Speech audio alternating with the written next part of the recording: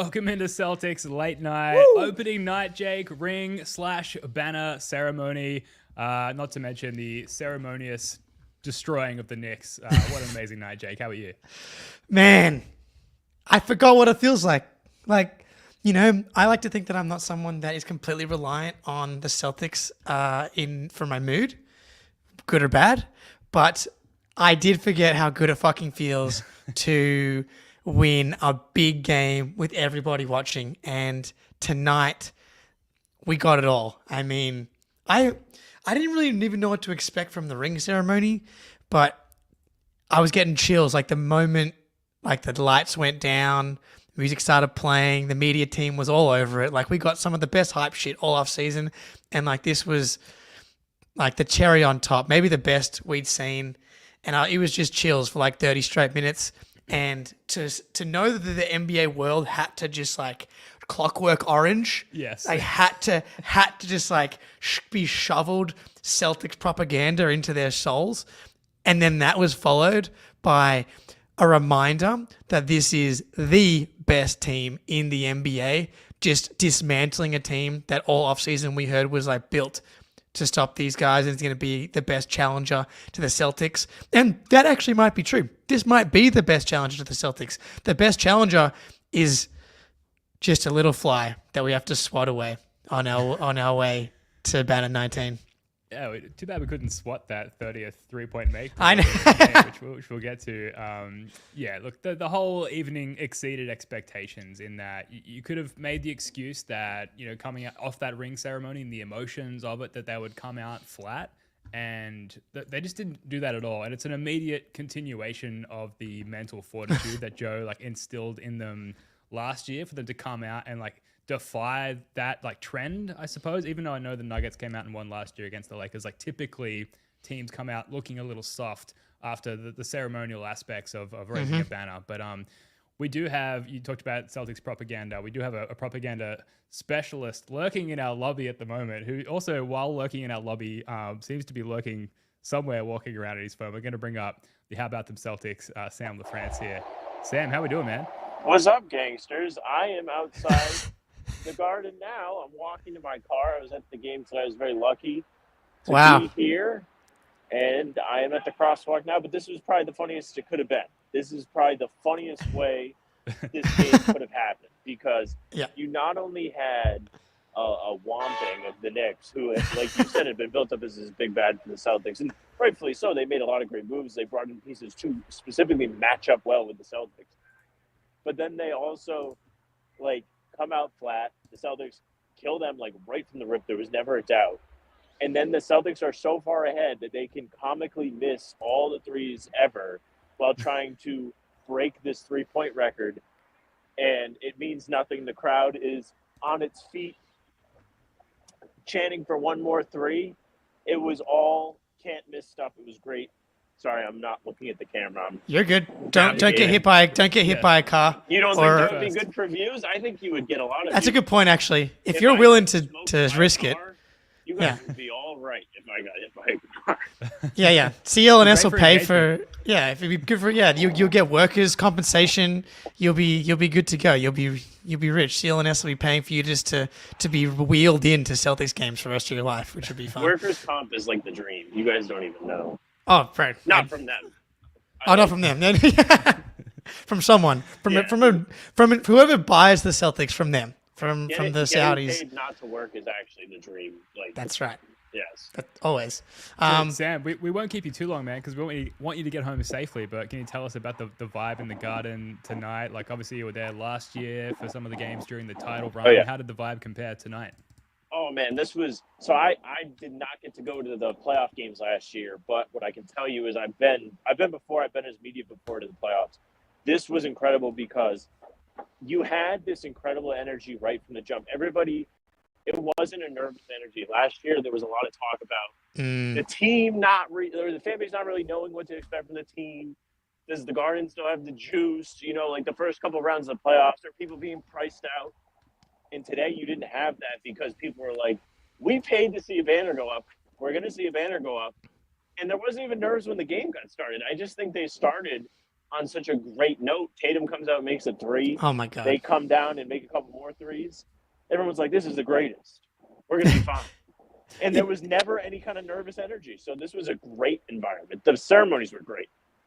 So when I was watching it, I was getting a little bit of the flashbacks of like every time we have, seen someone's jersey go into the rafters, any kind of ceremony, we end up losing. And I was getting those flashbacks. And it was, again, though, another reminder like that this team is just different. And it's different here. It's different here. We're going back to back on the slogan this year, which I think is a good decision. Yeah, but like from the jump, and they don't need things to go into the Chamber of Secrets anymore. Like all of these things we can just fully enjoy because they take these moments seriously now, and they're just too good. So like they came out, all the talk. We're going to be ready to go as soon as that banner goes up. We're ready to roll. And from the jump, the Knicks made a couple of tough shots, but like that was really it. I think the Knicks maybe went up like 5-4, and that was maybe the last lead I think they had. Right. And then we just dismantled them for the next 44 minutes. Yeah, Sam, we're just going to start talking game here, but feel free to drop. Yeah. We have that in common. Sam, we're just going to start talking game here, and just feel free to drop off whenever you need to. But I think a good place to start is that first offensive possession for the Celtics where we got the switch. Tatum got the switch onto Cat. Cat's backpedaling a little bit. Tatum just pulls up, fucking snaps the three right in his face, and it's just like one of infinite made threes from Jason Tatum tonight. And the shot looked good, the rhythm of his shot looked good, the quickness of the release looked good, and the confidence of just getting it off in that little slither of space while at the same time executing the game plan, which was clearly to go at Cat and Brunson ad nauseum, which they did consistently. 61 3-point attempts, which is slightly skewed because of the record chasing at the end. But despite 13 consecutive misses at the end of the game, still shot 47.5% from three as a team. We were able to get on Cat consistently on the perimeter and like make him work. And it just felt like there were very few moments throughout the game where it felt like Cat had an impact. I know he had a couple of nice sort of post-up possessions around the bucket himself, but for the most part, it felt like he was kind of more of a detriment, Jake, to the Knicks than a positive. I said this when they made the trade. He's not a serious player. Like, he's just not. He's not a dude that is swinging the NBA fucking championship. Like, it's a good trade. He's a good player, dude. Like, but we're talking like fringe all-star. He's getting into some of these games every once in a while. But like, this is not a dude that you trade for that changes the fortunes of a franchise.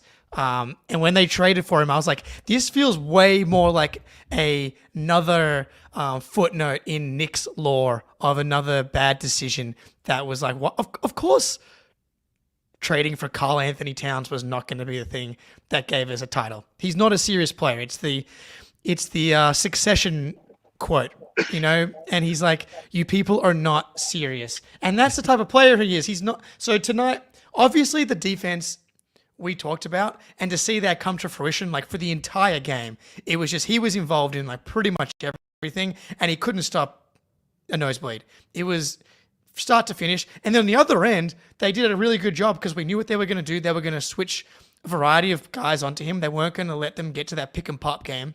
Mm-hmm. And he ends the game with 2 3-point attempts.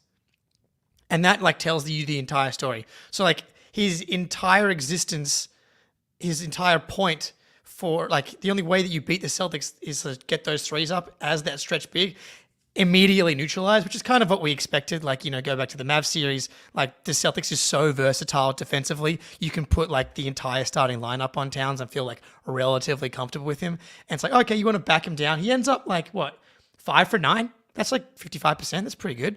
But 9 field goal attempts, 2 3-point attempts. Just not an impactful performance as his first game as a Knick. Neither of those new guys were good. They were both like kind of embarrassing. Like, oh God, Bridges was putrid at the beginning. Like, he kind of figured it out, but everybody up top was like clowning his shot. He looked like he didn't know what he was doing. His mechanics were off. He didn't want to shoot the ball. They sent him to the free throw line for the technical, which was actually kind of mean by Tibbs. I'm sure Bridges didn't appreciate that. I'd be pretty upset if he embarrassed me like that. But Towns was like not the guy that you thought you were getting, right? you mentioned it, like only 9 field goal attempts. It's pretty crazy for a guy that you traded. I mean, Randall sucks, but you traded DiVincenzo, and now you have absolutely no bench. McBride was great today, by the way. Oh my Not God. connected. Insane. But aside from him, you have nobody off the bench. Jericho Sims is your guy coming off the bench to back him up. So now you've got none of that, and you have Towns, and Towns isn't performing like anybody that's in the starting lineup. He's actually performing like a bench piece, and he's not really taking the threes that you hope he's taking because Brunson is looking for the extra space. It was a weird fit.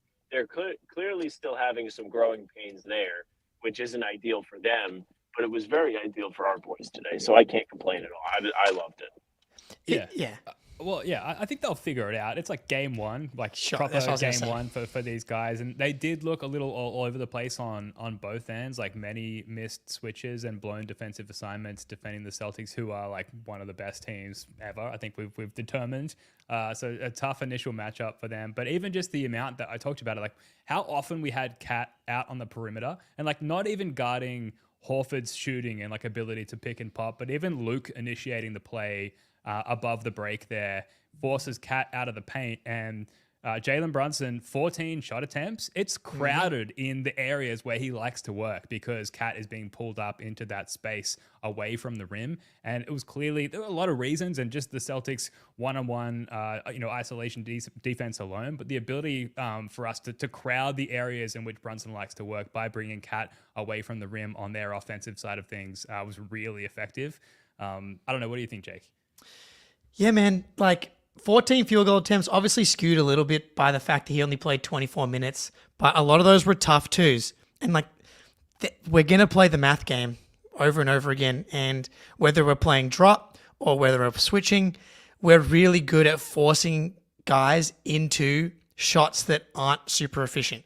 And Brunson is a guy that's an elite offensive player, and he can make magic out of tight spaces, like 9 for 14, still really good. But 4 turnovers as well. They had him. This is a bad matchup for small guards, dude, because the primary defender on him was Jaylen Brown, who's quick enough to handle him, and then obviously overwhelming physically. He had Jalen forces that backcourt violation, but like, going back to last season, Brunson only had one good game against the Celtics, and it was the game that didn't matter. So like, yeah, that I thought defensively early, I thought there was a couple of moments where we gave up some shots at the rim, but it was never like straight line drives. It was they had to work multiple actions, multiple sides, and then like, under 10 seconds on the shot clock, that's when they got there. And I think you saw. Yes, they added Mikal Bridges, and he got going a little bit in the second half. OG Anunoby's 1 for 7 in this game.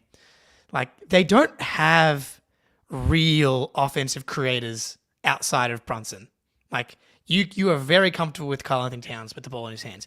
You're very comfortable with OG Anunoby with the ball in his hands. He's not cracking dudes off the dribble. He's like driving a closeout and then like kind of backing his way into a fadeaway jump shot. That's what he does. It's either catch and shoot threes. That's what you want from him. But if you're taking those away, that's, again, he ends up 1 for 7. I don't remember if he took any open threes. He had 4 3-point attempts. I don't really remember those being very good. Like, this was really bad for the Knicks. And I kind of think that they were lucky it was this close. Like, McBride goes 6 for... Like, McBride goes 6 for 6 on, like, tight contested in the like 2 specific, like in the corner contested, a 2 and a 3, and like that like kept them kind of respectable in the first quarter, and did the same thing in the second quarter. And it's like, unless he goes, like, he went 8 for 10, dude, 4 for 5 from 3, and obviously the Celtics went absolutely nuclear as well. But I think the difference was the entire game, I don't think the Celtics felt like they were under pressure at all. Like, we haven't really talked about Tatum in depth right now, but he was the captain. He was the one driving the ship, and I've never seen him look more relaxed. Like, this dude's just like hanging out, dude, and finding beautiful shots on every possession, and that went for like the entire game. So I'm not really sure what the answer would be for the Knicks going forward. Yeah, it was interesting because like you could hear Knicks people that were talking about, oh, we have a massive lack of depth at the moment with a number of absences due to injury. But it was like, in a way, it was your depth that kind of kept you in this game. The fact that Deuce McBride was able to come off the bench and actually like hit buckets efficiently, and they weren't like good looks, but he was just money from everywhere. And if it wasn't for that, like you said, like it would have been a 40-point game in the first or second quarter. So weirdly and ironically, their depth kind of like was their savior at one point in the game, despite their complaining of a lack thereof. But yeah, I mean, Jason Tatum, man, we talked about the first possession. He got fouled on his second 3-point attempt as well. Yes. If he hadn't, he probably would have drained that as well. And then basically hit every attempt after that. And just ridiculously high-level playmaking once the Knicks adjusted. We were like, dare they trap him? And as soon as they did, it was like, bam, wide open three, pass, swing, wide open three. He just sliced and diced them at any possible way. And anything they threw at him, he had an answer. And as a fan and a long-time watcher of Tatum, like since he's come into the league, and seeing him be troubled by certain defensive looks throughout his career, to just get to this point where it's all come to fruition and he has the solution for every kind of defensive coverage, and for him to put it on display on the biggest stage, no other NBA games going on, everyone watching, and he's just completely fucking up the Knicks in front of the entire league and all of the NBA fan base. There's nothing more that I love better. It's amazing. Yeah, you mentioned that play where they trapped him. I've got the play from playback here. It's it perfectly sums up the entire game. Oh, they're trapping him now. Oh yeah, beautiful. I mean, these are just wide open. Whatever we want. It's like 2K on easy mode. It's ridiculous. Like just grazing it. You can't trap him. What do you? Just laughing maniacally, James. Just laughing maniacally, dude. That's what once it became clear what was happening, and then like they were like, okay, we'll try trapping him, I guess. And they just led to back-to-back possessions where the Celtics got Derek White wide open in the corner, splash. Jaylen Brown wide open in the corner, splash. And it was like, well, we can't bench all our guys yet. It's only a 30-point game, and we're just starting the third quarter. But it was like, this thing is over.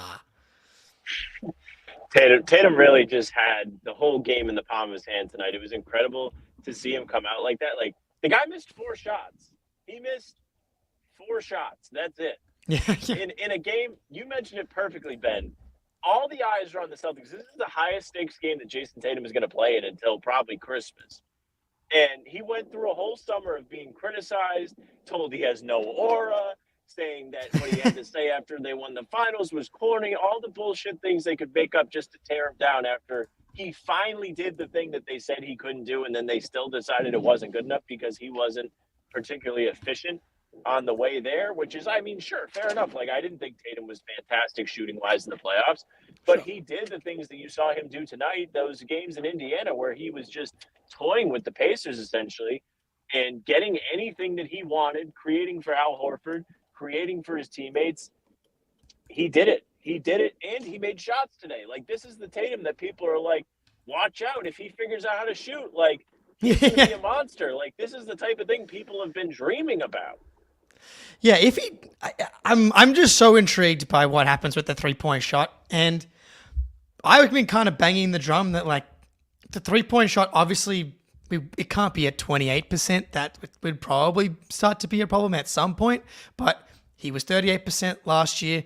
I'm interested to see where the 3-point shot falls this year. Like, I mean, it looks incredible between preseason and tonight, obviously, but what kind of got lost a little bit, not amongst true ball knowers like Sam and Ben and everybody in the chat right here.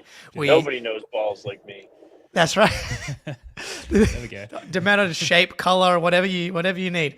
Sam's got you. But you're like, what kind of got lost a little bit because of the focus on his 3-point shot was like he took a very obvious step and leap as a playmaker and decision maker throughout the season, and especially in the playoffs and especially in the finals.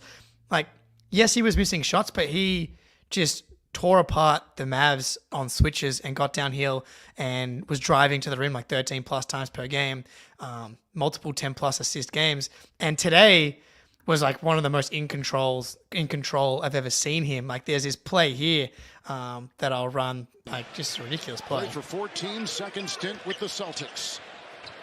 White, he'll launch a 3, another one.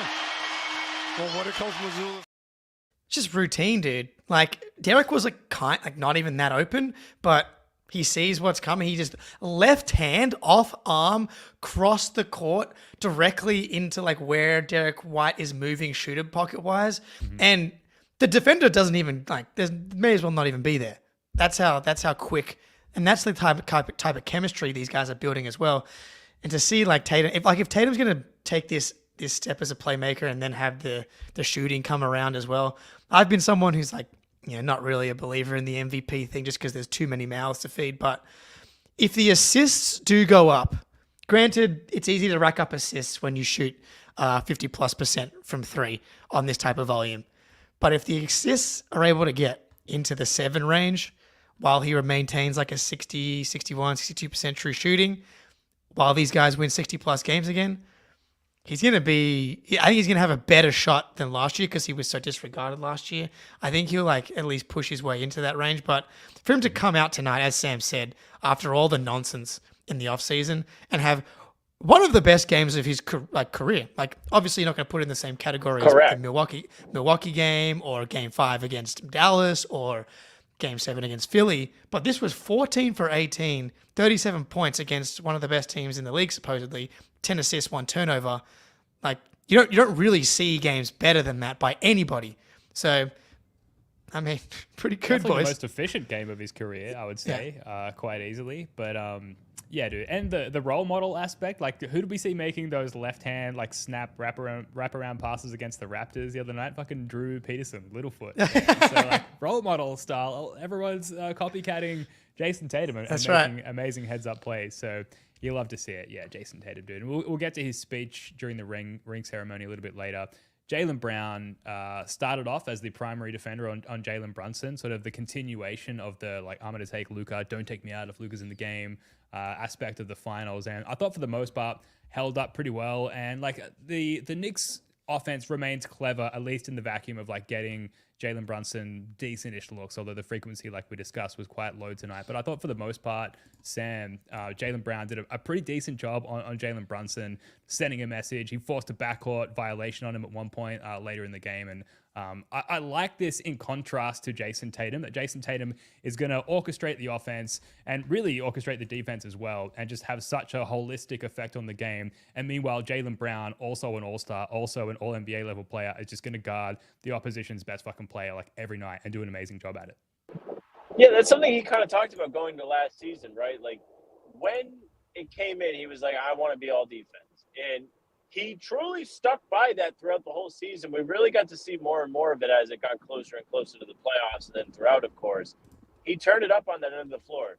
The highlight of the game, you mentioned it, Ben, for me, was him forcing that 8-second violation on Brunson, who didn't play Brunson-level basketball tonight. It was not the guy last year that was a borderline first-team All-NBA. Did he make first-team All-NBA in some No, he got left off. They were pissed about that. And anyway, he didn't have that same kind of juice today. I don't know if it was because this is a real excuse that I would not be shocked if they leaned on because it's legitimate.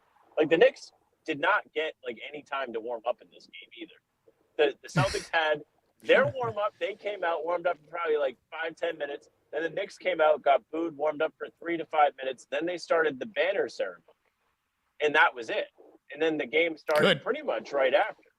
So they didn't have a lot of time. I'm not shocked that they didn't look great offensively. But in terms of what the Celtics did defensively, I thought Jalen did a great job of setting the tone because that was such an important job to make sure, did you think the Knicks were going to play great? No, but to ensure that they didn't was a major thing that he did. And it trickled down to the rest of the team because the rest of the boys were all hustling defense. They did a great job of making things difficult, making them messy, getting around in rotations.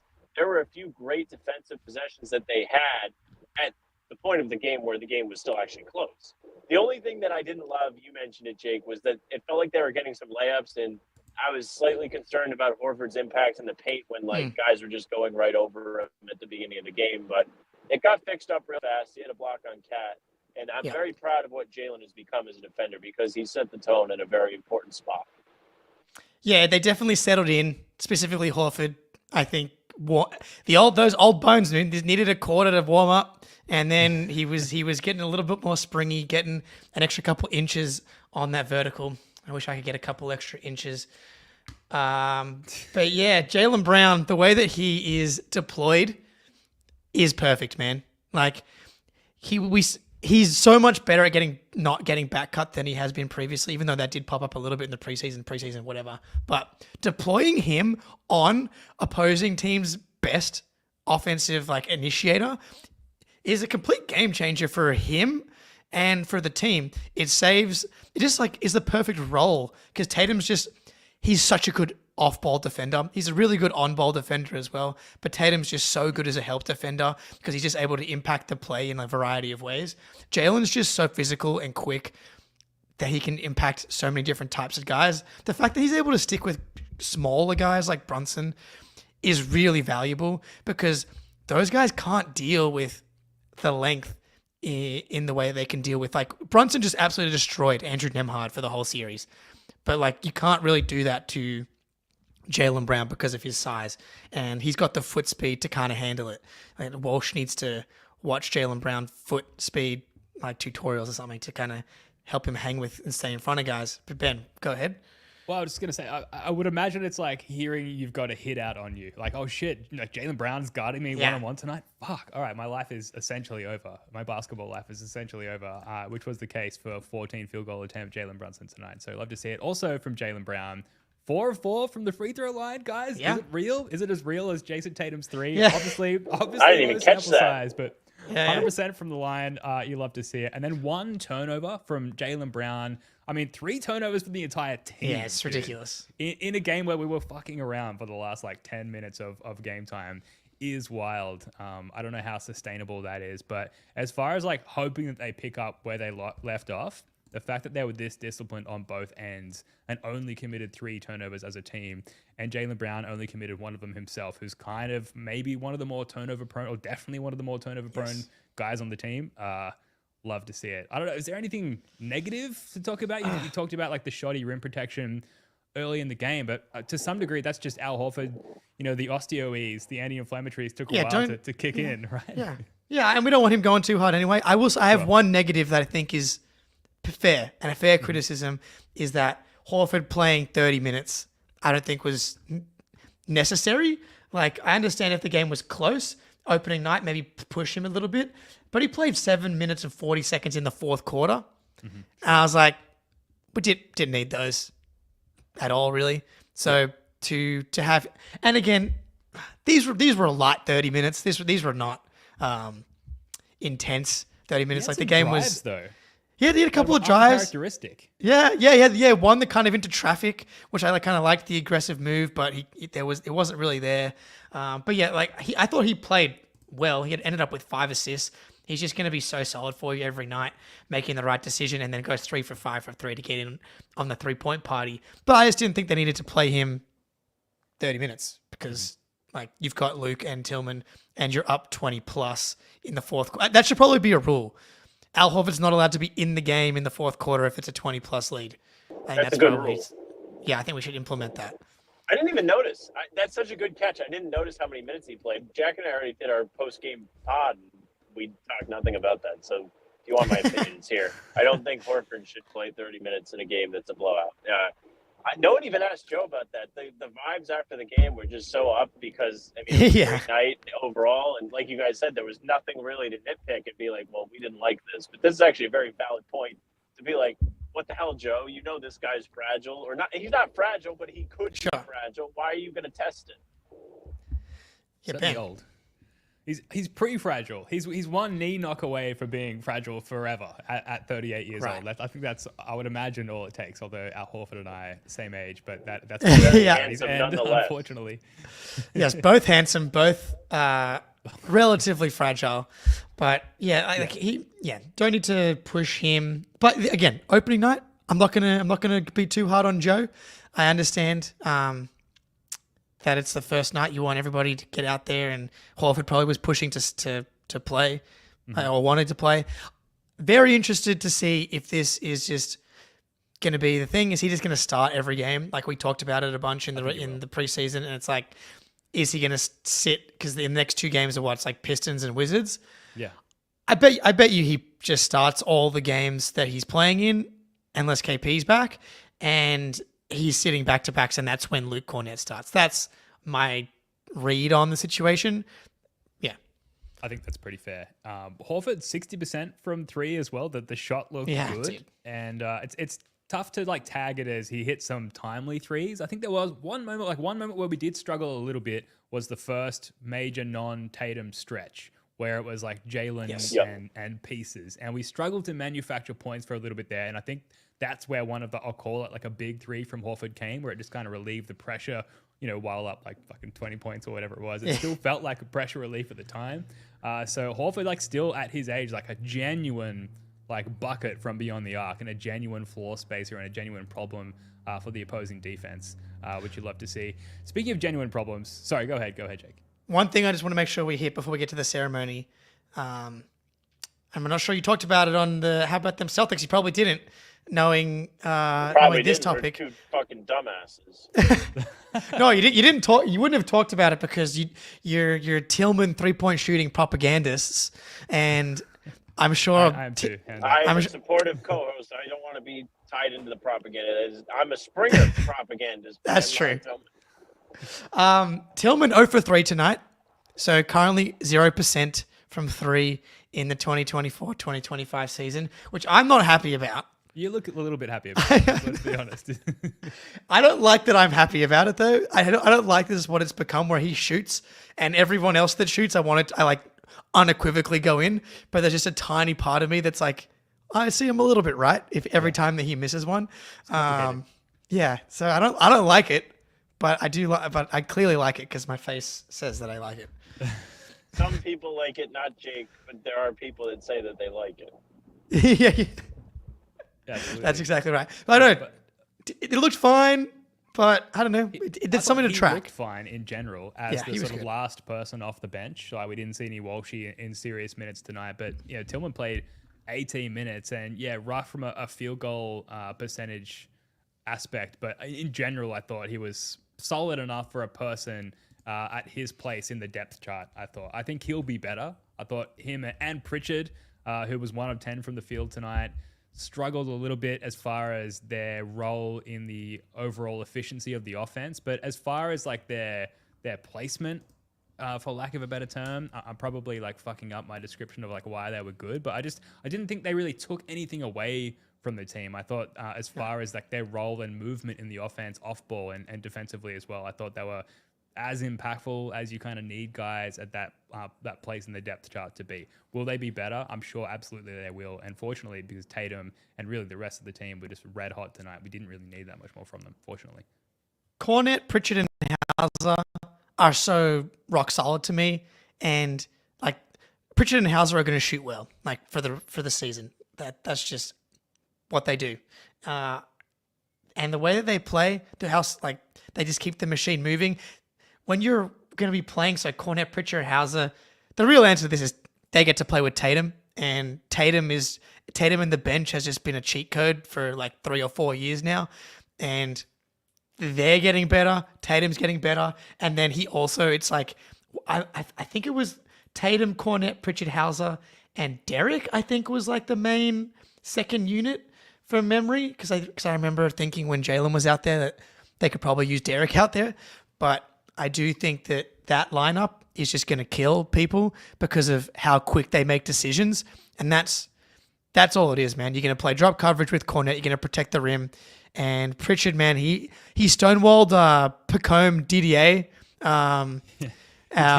one of our draft darlings. P. Diddy dropped. Yeah, oh boy, man, poor Pacome, dude. That's tough for him. But yeah, man, that's a bad sign too. By the way, the fact that they're playing their 18-year-old rookie who was like supposed to be a draft and stash. But I like the bench. They had no bench. You're right. Exactly. I don't know what else they're supposed to do.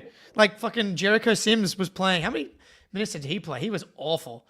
He ended up being a -5. He was victim to the most disrespectful Tatum play of the night. Tatum had a wide open three. Jericho Sims come out to him. Jab stepped 3 over Jericho. He knew what he could do about it. Now, in a normal game, I would have been like, this is stupid. But Tatum couldn't find anything but the bottom of the net tonight. So it was like, fine, dude, just make me laugh a little bit more. Why not? Yeah, absolutely. Sam, you were dropping out a little bit there, but we heard enough to know what you were talking about because it was such a my bad. pwning by You're Tatum good. on Sims. Absolutely. Tatum also cooked Bridges as well on that sort of Oh my shimmy God. turnaround fader too. So nice. But we went straight to Tillman. We got to talk about Derek White and Drew Holiday as well, who were just like so perfect in their roles, like the world's most perfect, the NBA's best role players. But quickly, a couple of promos here. Go and subscribe to the How About Them Celtics YouTube channel and podcast if you haven't already. Sam will of course, sweet.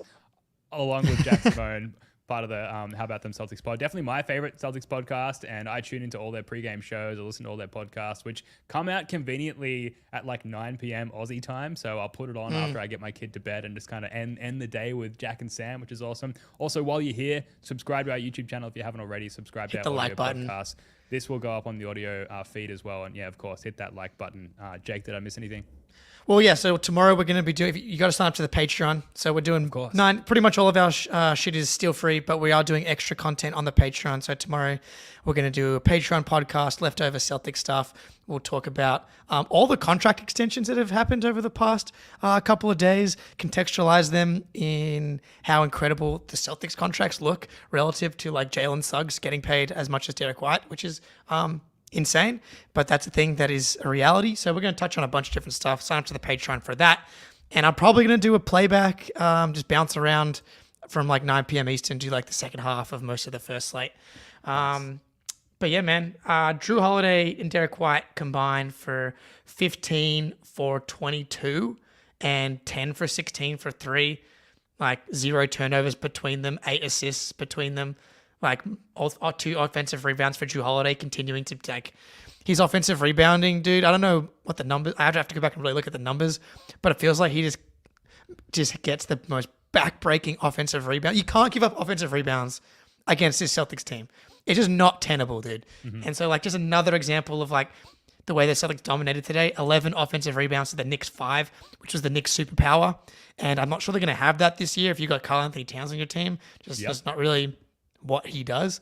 So Derek and Drew, I mean, I'm so excited to see what they look like in year 2 together and this whole team. But like, this is Drew's second year here as well. So he really hit his stride in the second half of the year and in the back, like half of the playoffs as well. So to see, and only 30 minutes for Drew, we like that. So while we can criticize for the Horford minutes, 30 minutes for Drew is a good number to be at as well. But I mean, those guys are the perfect backcourt.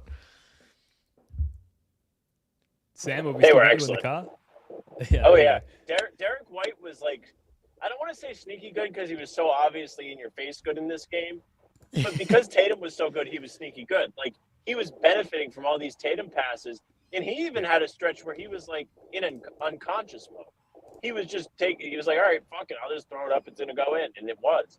Drew Holiday was almost like a surprise to me, not because I don't think he can play, because he clearly can, and he showed all of last season. He's excellent.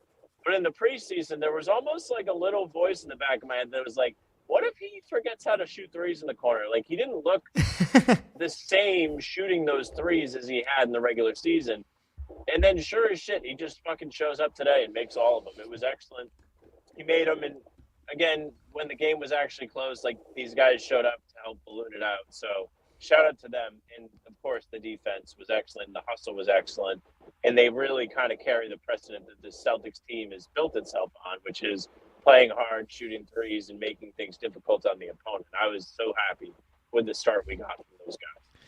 Yeah, Yep. absolutely. And Derek White, go ahead, Ben. only 27 minutes as well. You mentioned Drew played 30, like Derek White played even less, which is crazy because it felt like he was out there and like being impactful for so much of the games. But the way that they operate as like relievers in different ways, you mentioned Drew Holiday, he's like relieving other guys like the Jays specifically in the aspect of, creating extra possessions and getting offensive rebounds and putting himself in the dunker spot and being a dump off option and things like that. And then Derek as just like the perfect kick out option, and his 3-point shot is enough of a threat now where if the defender does get out to him, he's like pump faking, getting into the lane. We saw a couple of classic vintage D White floaters go down as well. I know there was a stretch late last season where they weren't hitting at the usual clip. That seems to be like well and truly back as well, as it was during the finals too. But the way that they relieve the Jays, like they're more than just role players. They're so perfect in their role and the way that they complement the Jays.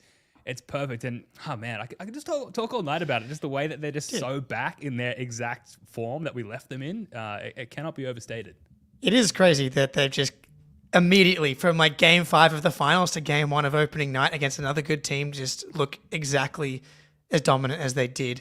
But yeah, man, like these aren't like they're role players, but they are fringe all-star players, and they are the third and fourth options on this version of the team, and sometimes the fifth when KP is here. So TD in the chat, I think this is a good, actually kind of like a little segue before we do the ring ceremony thing. So TD, Jake, Brad the architect does not get enough credit for his genius sense of management. Literally every move he has made work insane. So I like to think this show has given Brad Stevens a lot of credit. Never enough credit, though. The statue should already be built. I think that's fair to say. But today there was like a bit of discourse, like at halftime, like there was a Suns person, I'm pretty sure, on Twitter being like, we can't let the NBA turn into the Celtics offense. Like the Celtics are ruining the NBA essentially.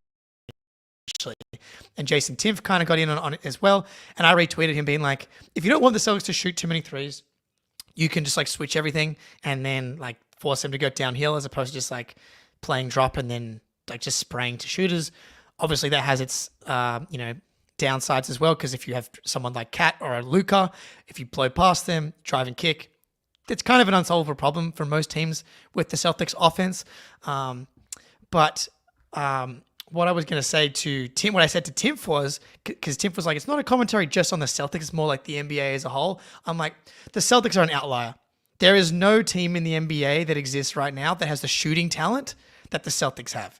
Like, Derek White has now turned into like one of the best shooters in the league. Like Drew Holiday, 60% from the corners last year. Horford, the stretch. I mean, he's like has a 2+ year stretch now of being a 40% plus 3-point shooter. Jalen and Jason obviously are really good shooters for their position as well. And then you add Hauser, who is like has an 8-year sample size of being a 43% 3-point shooter. Pritchard can bomb from the logos. Like even Luke Cornett like doesn't shoot, but he like was drafted as a stretch big.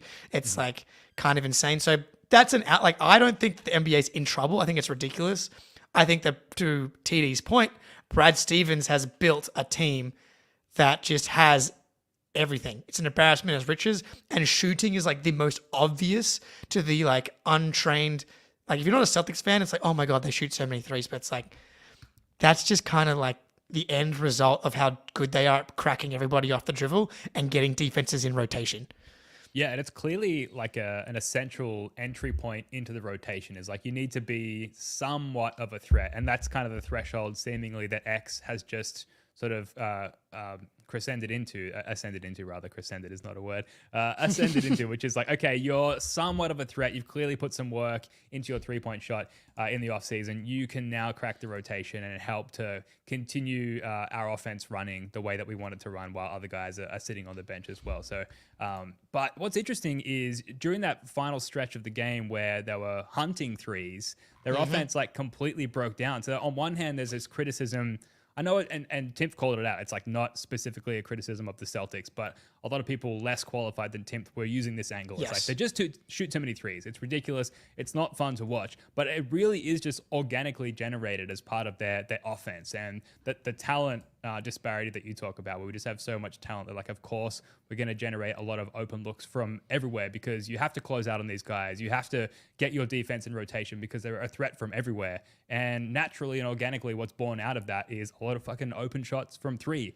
And that's, playing the Missoula math game, that's a really efficient look to take at volume. So I think it's difficult, if you think about it, to criticize them for that, because then they switch into this, we just need one more three, we're hunting a three. And as soon as they play that way, which is the way they're being criticized for playing, that's when the offense completely breaks down.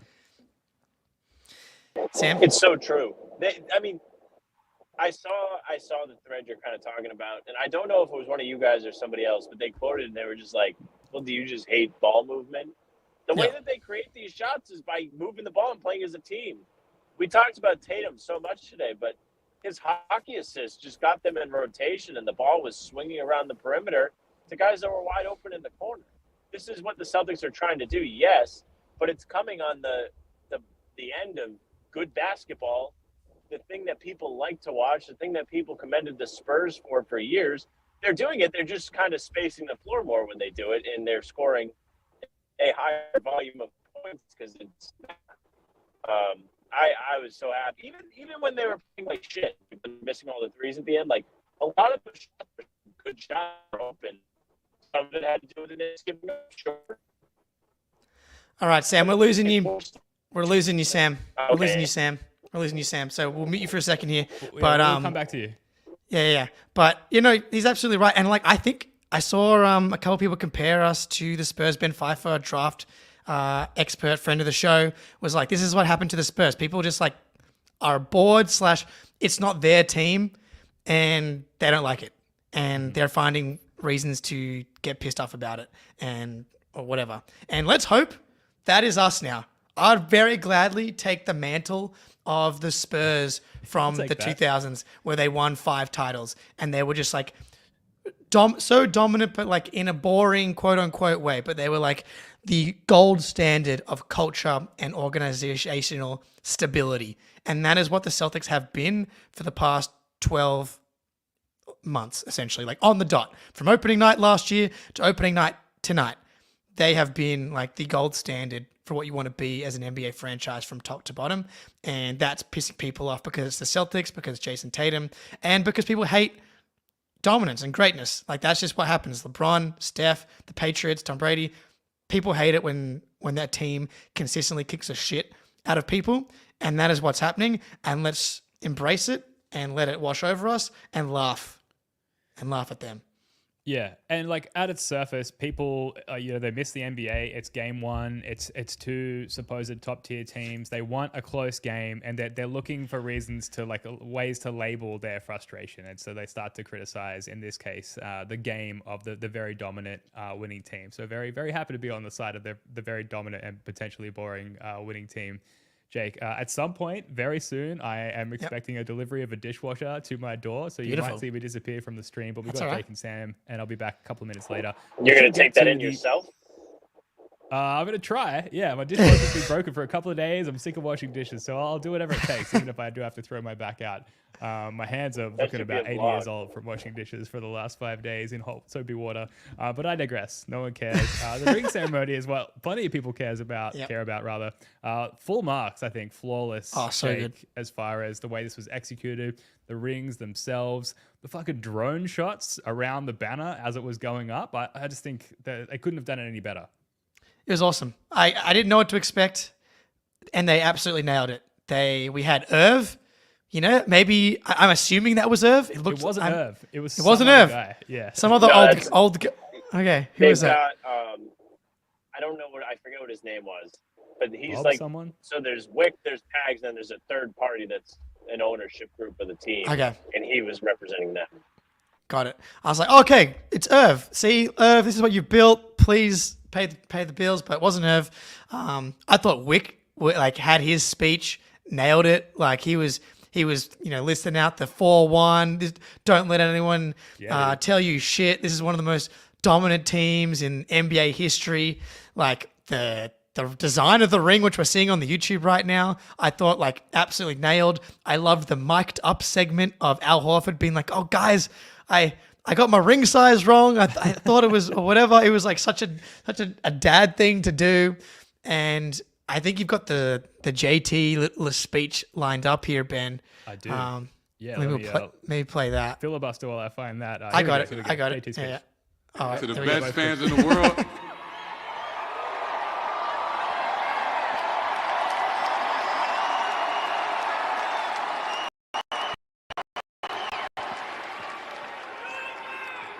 Let's do it again. Dude.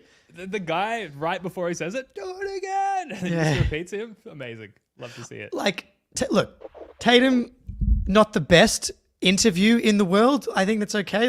We were watching it live in the playback room and we were like, first word on his speech going to be and it wasn't.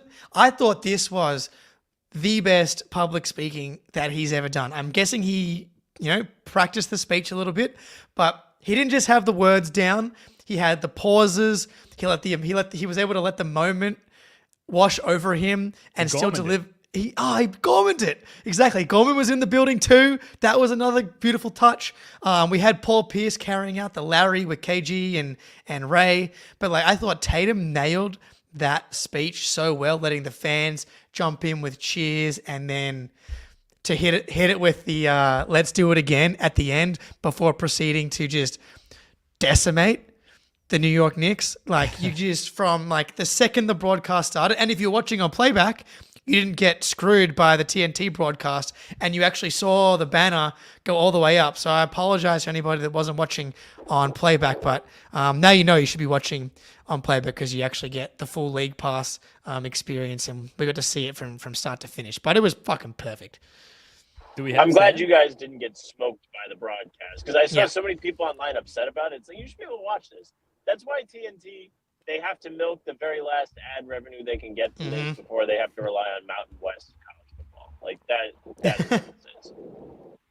But yeah, Ben, what did you feel? Because like it was like from the jump, I was getting tingles. I didn't expect it, but immediately I was like, oh, this is special.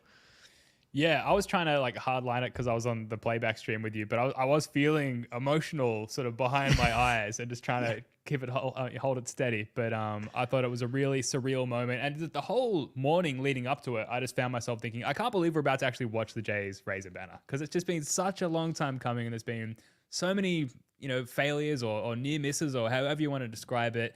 And like I remember watching KG and Pierce do the same thing and kind of thinking the same thing. Like, man, it's been a long time since 1986, and having that feeling again. But I was, I guess, too young to follow Pierce and KG in their early careers, and so there's something special and unique about following this entire career arc to this point and this entire career trajectory. Watching these guys get drafted as like baby-faced prospects, and for that to come to fruition in this moment while also entering this coming season as the favorites again by far, for them to go on and like dominate the second favorites, at least in the East. It's just nothing short of special. So it completely delivered against all my expectations. It probably exceeded them. And like I said at the top of the show, they could have been forgiven for coming out a little bit soft, even if it was just in the first quarter after something as emotional and special as that. But they just came out and laid the fucking smackdown immediately. And those rings are absolutely incredible. I don't know if like architecture is the right word. Do you architect a ring? Do you build a ring? Design? I suppose they architected the ring all season by destroying the league. But there were some really uniquely and well-designed rings. So Al Horford, his quote after the game, he says he got his ring size not long after dislocating his finger in the playoffs. So it was swollen at the time, and he started laughing when he put it on, seeing how big it was. He said right now he can't even wear it because it's just like completely slipped off his finger. So amazing. That's awesome. What a great piece of Celtics lore, dude. Like Al Horford, steps up in the playoffs with KP going down, dislocates his finger, which leads to him not having the right ring size on banner night. It's a pretty good problem to have if you're Al Horford. Yeah, man, it absolutely exceeded my expectations. I did not expect to. Here we go. We got the dishwasher. The dishwasher has arrived for Ben here. What a coward! Not washing his dishes with his hands like a real man. I have washed more dishes than anybody. I used to work in the kitchen washing dishes.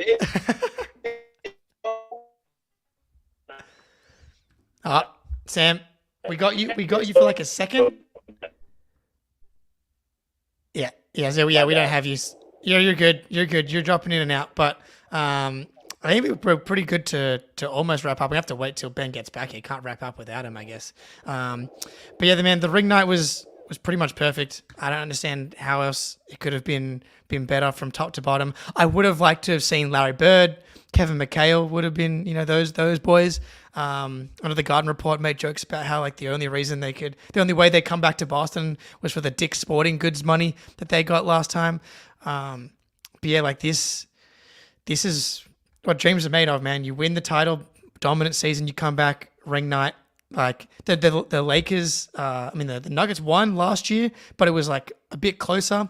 This was like a complete and utter dominating performance by the Celtics. Shout out Tice in the chat. You were supposed to be asleep for most of the game. I know you were up in Europe, and now you've had a 50-minute sleep on the way to work. But like this is what we do for the Celtics, So good hustle by you, Nick NBA. I'm sure you probably already have a breakdown of the game up on your YouTube channel. If not, I'm sure it is coming shortly. But I don't know, man. I think we've hit pretty much all of it. We've hit the game, and there's anything from ring night that, boots on the ground, Sam, that hopefully we can hear you now. But anything that you in particular picked up in the building? One of the coolest things was going up the elevator, and as you go up the elevator at the Garden, there's a lot of stops. The door opens on the main level, and it's just KG and Paul Pierce walking past us. I was like, oh my God, I can't believe how close they are. So that was how I found out for sure that they were going to be at the game. That was pretty sick. Overall, I just thought it was really well done. It was tough to be there on a night like this because, you and Ben put it pretty well. You're emotional. Like, this is a huge deal. How many times do you get to wake up and think to yourself, this is going to be a day I probably remember forever? And if you're a fan of this team, you can take that with you today. You can be like, I'm going to remember this forever. They've only raised 18 banners 18 times, and that's the most of anybody. So it's a pretty rare. Excellent. I want to thank the Celtics because they just always do a great job putting these things together, and they kind of know what the fans want. So, yeah, overall, I would say just being there was pretty sick, and it looks nice up there in the rafters. Took a selfie. Yeah, man. How good. Yeah, dude. Teams don't have one banner, let alone 18, let alone two in Larry? the last. No, Larry did. Oh, man. And so good. We didn't even need the no Larry memes today because the Celtics didn't lose, didn't let us down. But yeah, the record. Are we upset that we didn't get the record? I like that they went for it. But it's not going to feel quite as perfect that because I wouldn't be surprised if they do break this record at some point this year, the way that they're playing. I couldn't believe they didn't break it though. Like, they got up a ton of shots. I thought Pritchard and Hauser both got a bunch of good looks. And I guess, was it pressure? I'm not sure. That is kind of stopped going in. But yeah, didn't get the record, but kept to save that for another night, I think, this season. I'm going to have to wrap without Ben. He's trying to carry a dishwasher in on his own. It's proving more difficult than he anticipated. That's the show. Yeah. Jack, we'll see if we can live stream Ben carrying his dishwasher back into the house. So I think we're going to wrap here, Jack, unless you want to come up and address Xavier Tillman going 0 for 3 from the three-point line. Yeah. But but yeah, man, everybody in the chat, so good to be back. Sam, it's been a pleasure driving home with you. How long until you get home? Jake. No, you're good. Probably You're good. like another 20 minutes away from home. Oh, you're pretty far from TD then. Yeah, for me, I'm probably like an hour away with no traffic. Okay. All right. Well, continue to drive safe. Jack and Sam will be on late night intermittently throughout the season whenever they can, which will be absolutely awesome. I'm just happy to have you all here. Celtics back. Not just right where we picked up, dude. You talk about it all off season that we think this team could even be better, and for them to come out and answer all those questions immediately, and just from a narrative perspective, listening to podcasts now, opening week does so much work for forming people's perceptions throughout the season, and to just have this one in the pocket. I don't even think we play the Knicks now until February, so it doesn't even matter what happens now. It's they can't even try and get a lick back for months, which is beautiful. But in the meantime, Sam, it's been a pleasure. Ben, I'll talk to you soon. Everybody in the chat, sign up to the Patreon, subscribe. Also subscribe to help out them Celtics. And in the meantime, go Celtics.